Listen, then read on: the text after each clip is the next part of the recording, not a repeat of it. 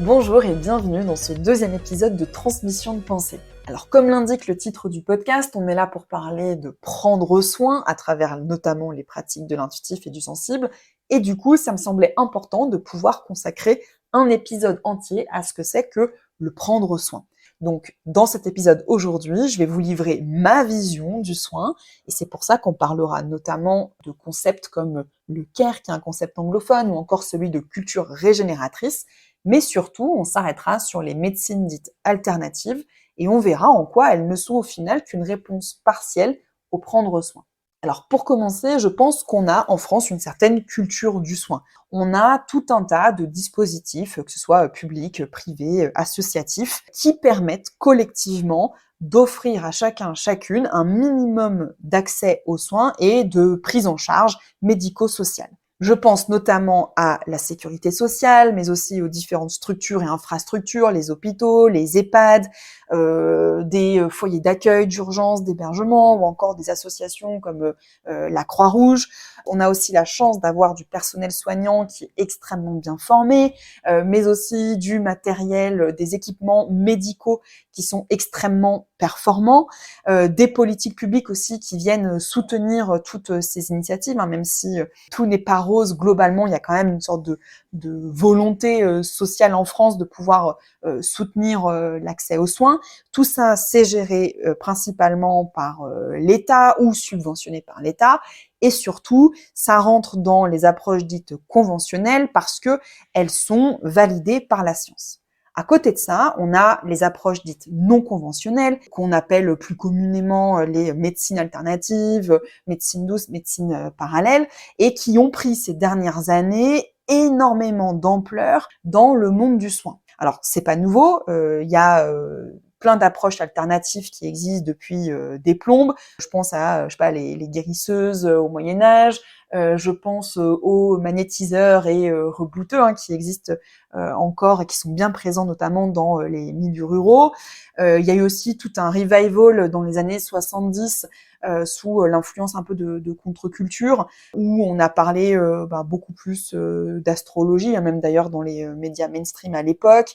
Il y a eu aussi l'apport de certaines cultures et traditions, notamment asiatiques. Et puis bref, tout ça a évolué au fil des années, a pris un peu plus d'ampleur. Et c'est vrai qu'aujourd'hui, il n'y a qu'à rentrer dans une librairie pour voir les rayons ou d'aller sur les réseaux sociaux pour voir le nombre de vidéos et de posts consacrés à ces approches.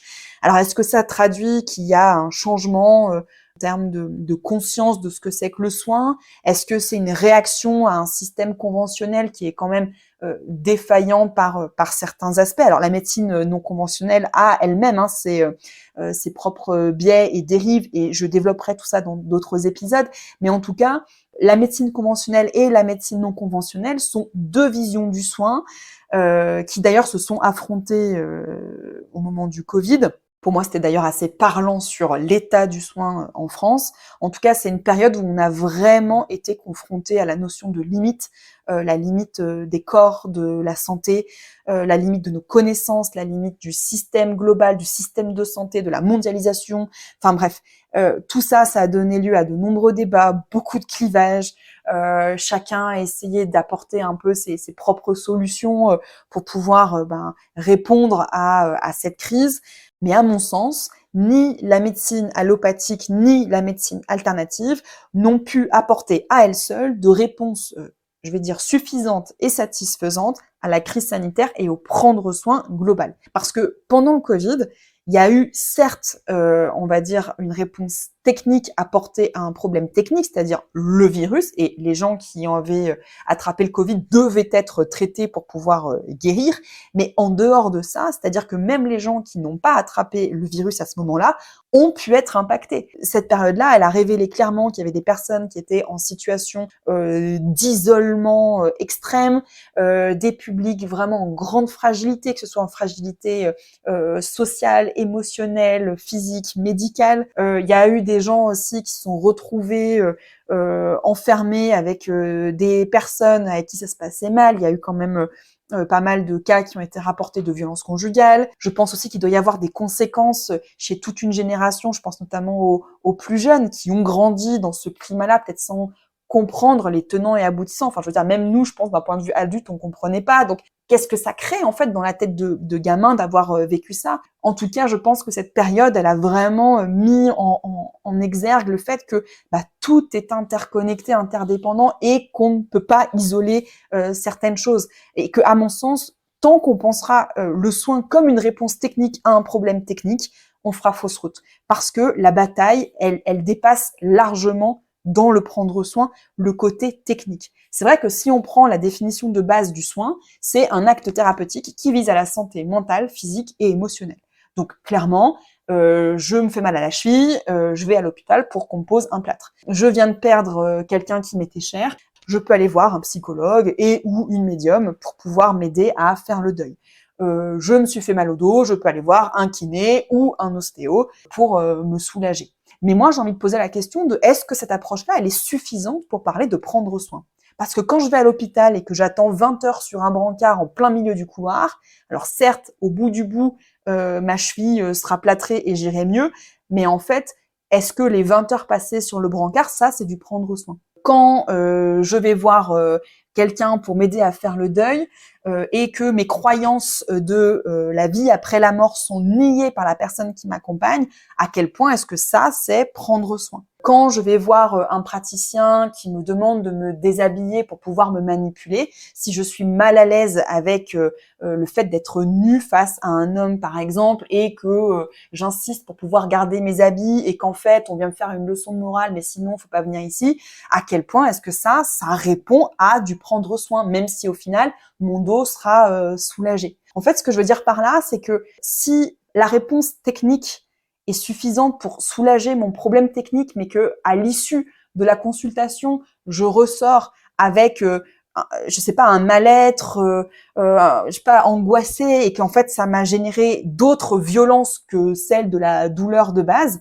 En fait, est-ce que ça, c'est du prendre soin? Pour moi, le soin, c'est vraiment une façon d'agir, mais aussi d'être à soi et d'être à l'autre qu'on accompagne.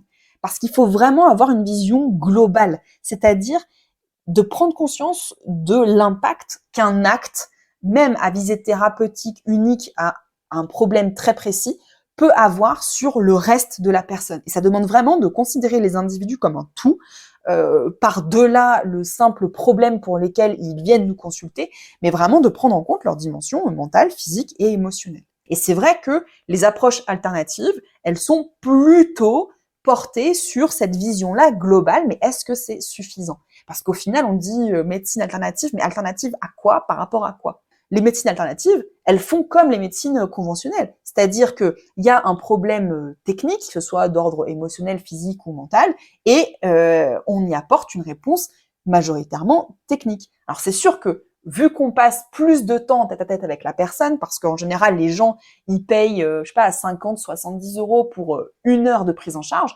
forcément, on a une meilleure écoute que dans un hôpital où c'est le rush, il y a plein de gens, on court de partout et que forcément, on a moins de temps à consacrer aux patients qui viennent. Donc du coup, est-ce que vraiment le simple fait d'être plus disponible à l'écoute, c'est la garantie d'une prise en charge de soins plus globale? Et pour introduire tout ça, j'aimerais aborder la notion de care, qui est un concept anglophone. Care, ça veut dire le soin. Et ce concept, en fait, dit que le soin n'est pas limité à la sphère médicale.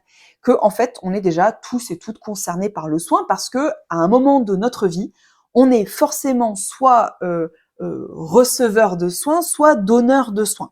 Et que du coup, le soin, il est effectivement professionnalisé à certains endroits de la société, dans les sphères médicales, dans le travail social, mais il y a aussi du soin au niveau de l'éducation, que ce soit à l'école, mais aussi au sein des familles, qu'il y a aussi du soin entre proches. Je pense notamment aux personnes qui accompagnent, je sais pas, un mari, une femme, un parent qui est en difficulté médicale. Bref, tout ça fait que le soin dépasse déjà largement la conception réservée à la médecine encadrée. Ça veut dire que le soin qui s'effectue en dehors du cadre médical, il a autre chose que le simple geste thérapeutique.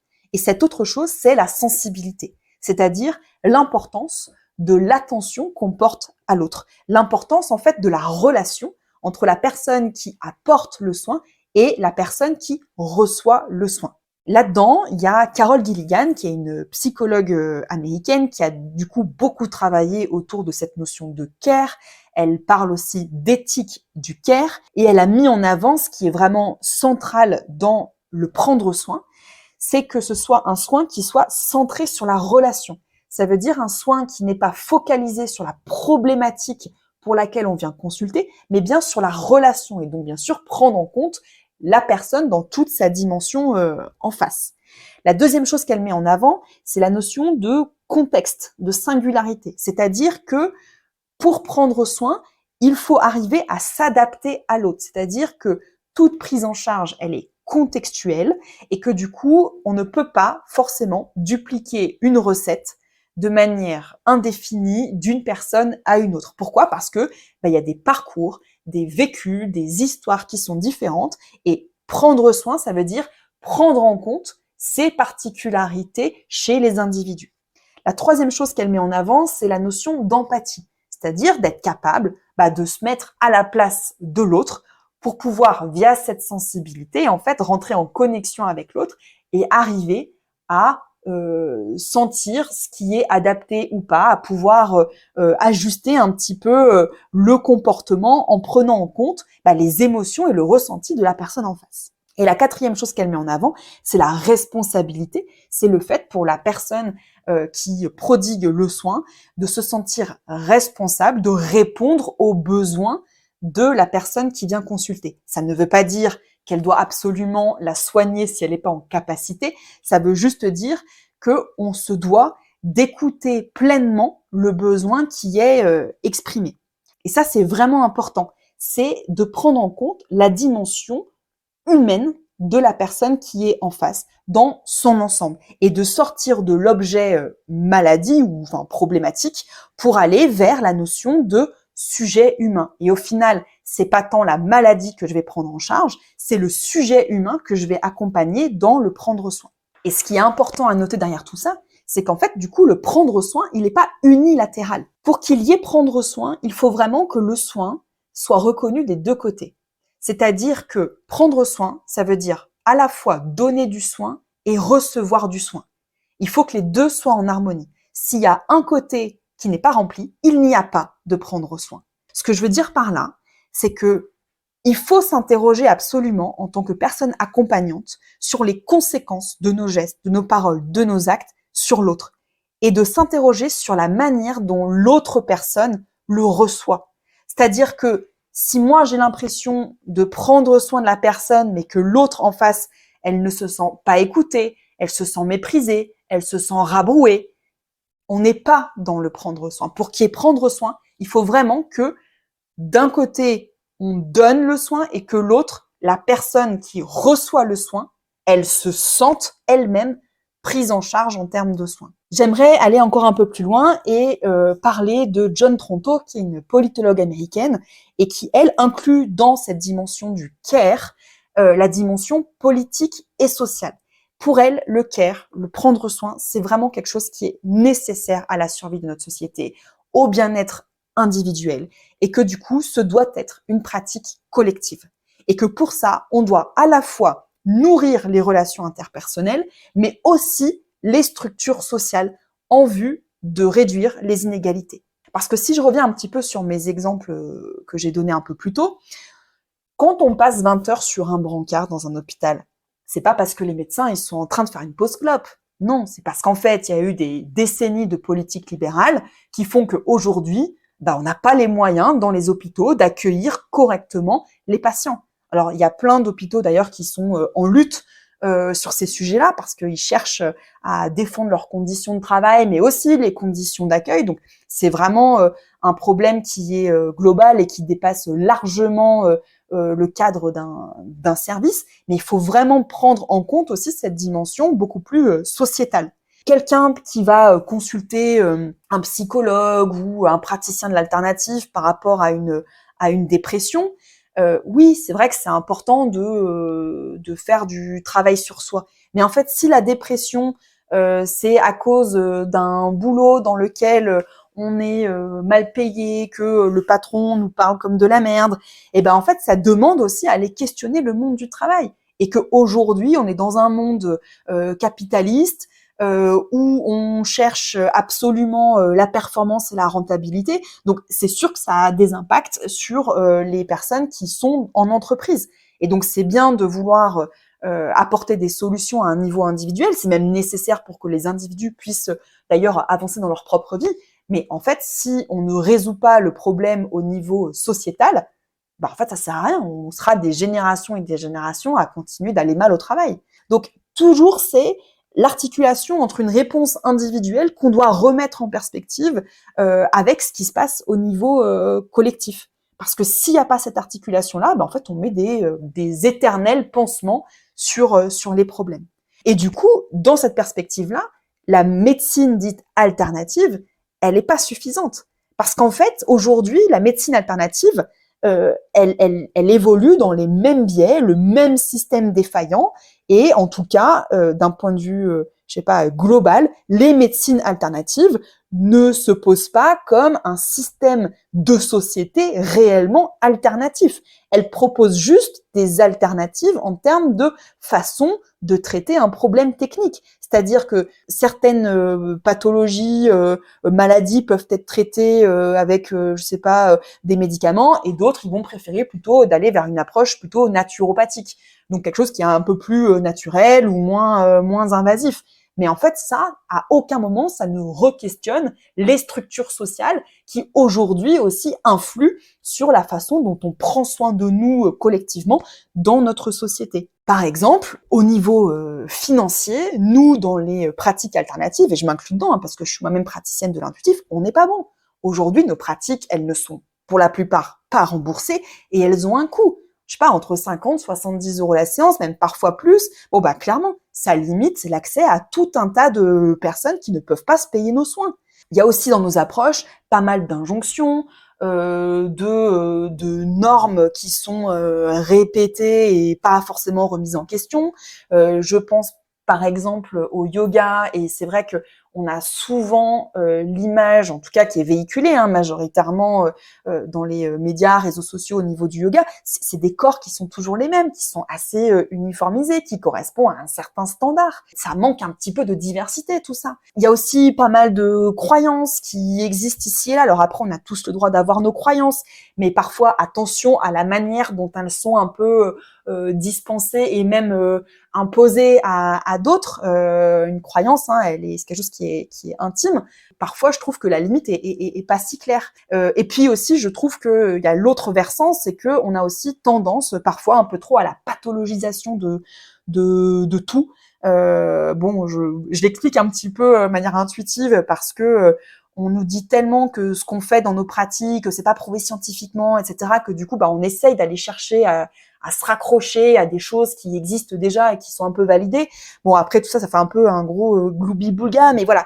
Pour moi, il y a plein de choses dans ce qu'on fait qui sont vraiment à remettre profondément en question pour qu'on puisse dire oui, on prend soin. Et on prend soin pas que du problème technique, de ce pour quoi on vient nous consulter, mais pour prendre soin de tout. Prendre soin de l'individu qui vient dans sa totalité, mais aussi du système dans lequel il évolue, puis dans lequel on évolue tous et toutes. Donc pour moi, c'est illusoire de dire que les médecines alternatives, elles sont différentes et qu'elles sont une vraie alternative pour un autre système de soins et de santé. Non, pour moi, c'est la même chose. On parle aussi de médecine douce.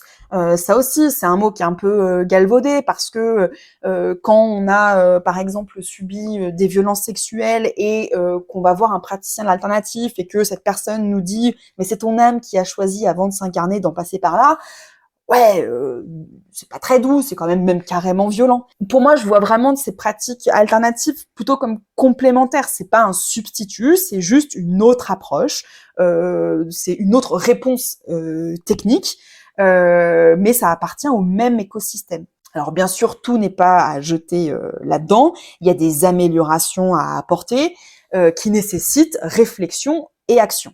Et c'est là où j'ai envie de vous parler un petit peu de culture régénératrice. Donc c'est un terme qui est plutôt employé dans les mouvements sociaux et écologiques qui tentent d'apporter des réponses aux différentes crises économiques, environnementales et sociales. Et du coup, dans leur approche, il y a deux axes importants. D'une part, c'est de minimiser les impacts négatifs, et de l'autre, c'est plutôt de chercher à restaurer, à renouveler, d'améliorer les écosystèmes pour arriver à trouver un équilibre. Alors dans le soin, comment ça se traduit tout ça? C'est d'arriver à limiter les impacts négatifs que les personnes accompagnantes peuvent avoir sur les personnes accompagnées. Et ça demande vraiment déjà d'arriver à être dans une posture un peu de remise en question sur nos pratiques, ce qu'on fait, comment est-ce qu'on arrive à donner accès au plus grand nombre, etc. Et en fait, le but, c'est d'arriver à prendre soin, j'ai envie de dire, de toutes les blessures sans en créer d'autres. C'est-à-dire de prendre soin déjà de nos blessures à nous en tant que personne accompagnante, c'est-à-dire de prendre soin aussi de nous, c'est pas parce qu'en fait on donne du soin qu'on ne doit pas en recevoir.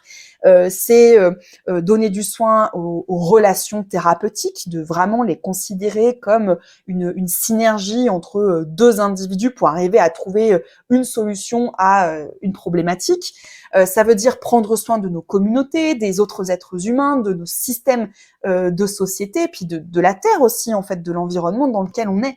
Et donc tout ça, ça demande vraiment d'avoir une vision globale et d'inclure absolument toutes ces dimensions dans nos pratiques. Mais pour ça, ça veut dire accepter de sortir de nos précarés, de nos dogmes, de s'ouvrir à autre chose, à d'autres façons d'être, de penser.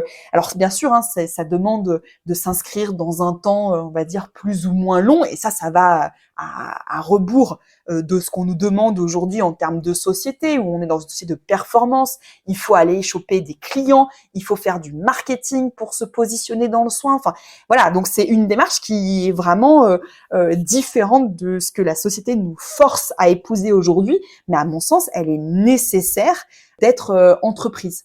Et ça passe forcément par des prises de conscience. Donc des prises de conscience au niveau individuel, c'est-à-dire d'aller questionner nos propres biais, nos propres façons de faire, d'accompagner, de chercher constamment à apprendre, à comprendre, à se former, de réfléchir à l'impact de nos pratiques. Dans quelle mesure est-ce que les accompagnements que j'offre, ils ont des impacts négatifs sur les personnes que j'accompagne ou sur le système de manière générale?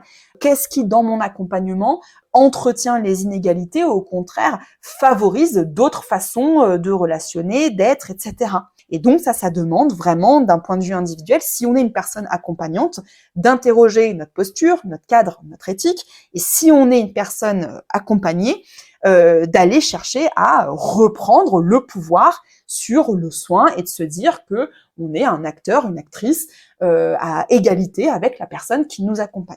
Et puis il y a aussi des prises de conscience au niveau collectif, de prendre conscience du système dans lequel on évolue, de toutes les inégalités qu'il entretient et qui font que aujourd'hui, on n'est pas libre de choisir la manière dont on a envie de se faire soigner. Et ça, à mon sens, c'est problématique.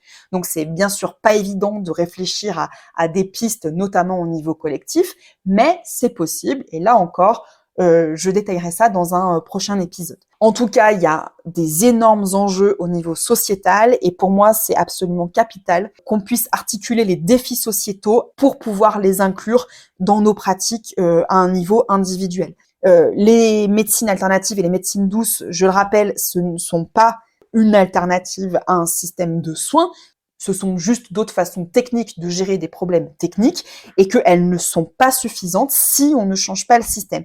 Donc ça demande de faire un pas de côté, de s'interroger profondément sur nos pratiques de l'intuitif et du sensible et de pouvoir intégrer les dimensions qui sont plus proches du care, de porter attention à l'autre, c'est-à-dire de vraiment inclure ses besoins, d'intégrer la dimension de la responsabilité, c'est-à-dire de devoir répondre aux besoins, de cultiver nos compétences, c'est-à-dire ce qui nous permet de continuer à donner des soins qui soient adaptés et efficaces aux personnes qu'on accompagne, et puis être dans une démarche aussi plutôt de réactivité, c'est-à-dire de pouvoir ajuster ce qu'on fait en fonction de la réaction des personnes qu'on accompagne. Et ce qui sous-tend tout ça, c'est vraiment l'empathie, la sensibilité qu'on va pouvoir mobiliser au sein de la relation à l'autre dans le cadre du soin. Encore une fois, le soin, c'est pas des mots, c'est des actes, c'est pas juste donner, c'est comment est-ce que le donner et le recevoir du soin vont fonctionner ensemble. Parce qu'en fait, il suffit pas d'écrire praticien bienveillant sur son site internet pour être bienveillant. En fait, la vraie question à se poser, c'est comment est-ce que l'autre que j'accompagne ressent que je suis bienveillant? Est-ce que déjà l'autre le ressent? Mais pour ça, ça demande de se questionner, de faire des ajustements, de sortir des biais, des automatismes, des dogmes, de faire rentrer aussi peut-être dans nos pratiques des dimensions sous-estimées ou non considérées dans les accompagnements. Mais ça me semble être la base si on veut une autre société où on a un véritable prendre soin, où chacun, chacune arrive à se sentir bien. En fait, le soin, pour moi, c'est vraiment un super vecteur de changement social, mais ça repose sur une démarche à la fois individuelle et collective, et que nous, dans nos pratiques de l'intuitif et du sensible, on a un rôle à jouer. Mais par contre, le prendre soin, ça dépasse les mots, ça dépasse un titre, une profession, juste une pratique. Pour moi, c'est vraiment une manière d'être et d'agir face au vivant et avec le vivant. Et à mon sens, il y a vraiment urgence de cultiver ce prendre soin parce que on est dans une société où il y a énormément de violence, énormément d'inégalités, énormément d'injustices sociales qui d'ailleurs ne font qu'augmenter. Et on n'a pas le choix en fait que de s'attaquer à toutes ces dimensions du prendre soin. On peut plus aujourd'hui se contenter d'un prendre soin qui soit juste une réponse technique à un problème technique. On a besoin de prendre en considération toutes les dimensions pour pouvoir espérer recouvrer un peu cette part d'humanité qui est en train de nous échapper. Voilà, on arrive au bout de cet épisode. J'espère qu'il vous a plu. En tout cas, comme vous avez pu le constater, il y a pas mal de réflexions à mener, d'actions à mettre en place au niveau individuel et collectif pour arriver à vraiment prendre soin. Je pense que d'ailleurs, dans nos pratiques de l'intuitif et du sensible, on a vraiment un très gros potentiel pour ça. Il y a peut-être des choses à remettre un petit peu en avant, et d'ailleurs j'explorerai certaines pistes dans les prochains épisodes. En tout cas, voilà, il est jamais trop tard pour initier les réflexions, et si vous êtes déjà dans cette démarche-là, je rappelle juste qu'il est toujours nécessaire de poursuivre parce que ça fait sens et qu'on a vraiment besoin. En tout cas, si l'épisode vous a plu, n'hésitez pas à vous abonner au podcast, à me suivre sur les réseaux, je vous mets toutes les infos en description, et puis je vous dis à bientôt pour un prochain épisode, et prenez soin de vous, ou plutôt prenons soin de nous, de nos liens et du vivant. À bientôt.